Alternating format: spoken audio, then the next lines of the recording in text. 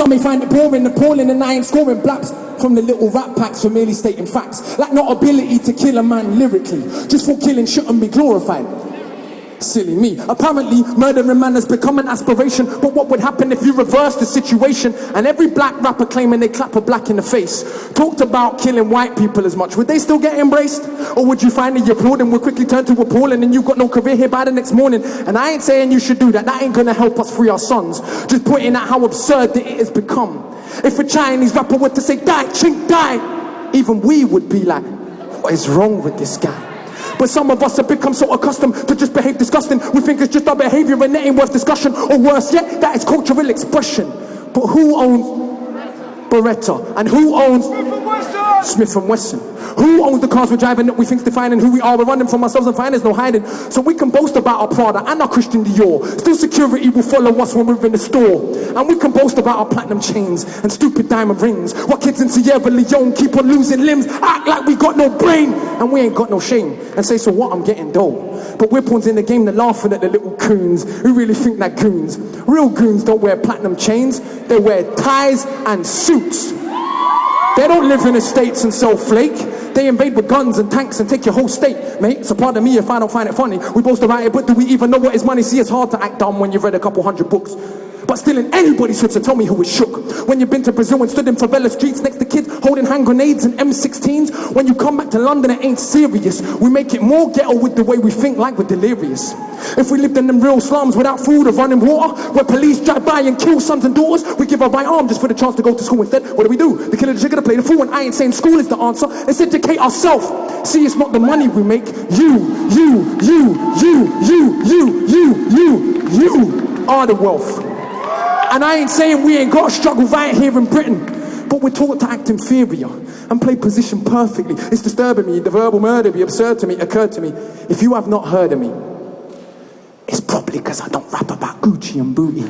Quite enough for the urban scene to fully salute me, but I don't give a fuck. I'm too busy writing my master thesis. It's hard to play the stereotype when you study Egypt. Plus, urban scene, we're racist to ourselves. In elevating words of hate, we're merely hating ourselves. And if you are musically poor or dare to speak intelligent, people look at you like, who the hell you think you better than? I'm better than no one on this earth, and I know I'm not. But I refuse to play small, just to fit in that box.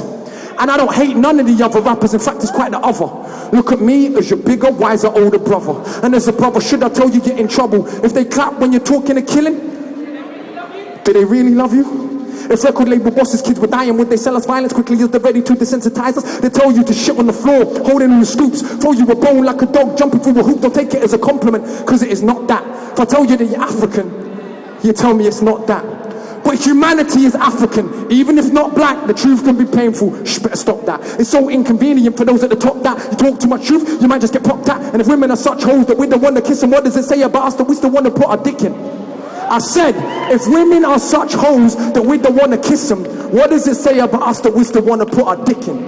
Shit, I'm done with the lies, third eye open wide. See, the tougher that you act, the weaker you really feel inside. So all the killer, the trigger, and when we call ourselves, I want platinum chains bigger than jiggers, it's just to run from the fact that we feel insecure.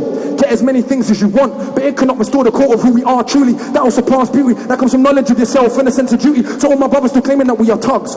No, if we're honest, we just want to be loved. But we feel that we're not worthy and that we're not smart. So we act aggressive to protect our fragile little hearts. But we gotta deal with this pain or it will consume. That's enough honesty, now let's resume.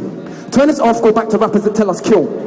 But inside of ourselves, we know that this is real. Akala, this was from SPTV. Double Things out now, check the CD. If you want a little knowledge bigger than college, I promise you the metaphorics that will offer you solace like the Great Pyramid alone has 2.3 million stones. If you took them apart and placed them in the row, they would stretch 2/3 of the way around the earth. That is more stone than there is in every single British church ever put together.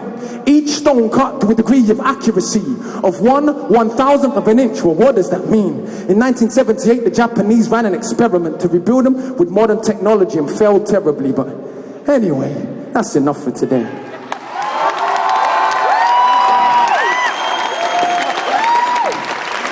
British Library. Before we get started on this last one, I want you please to make some noise for John Fawcett and everyone here at the British Library.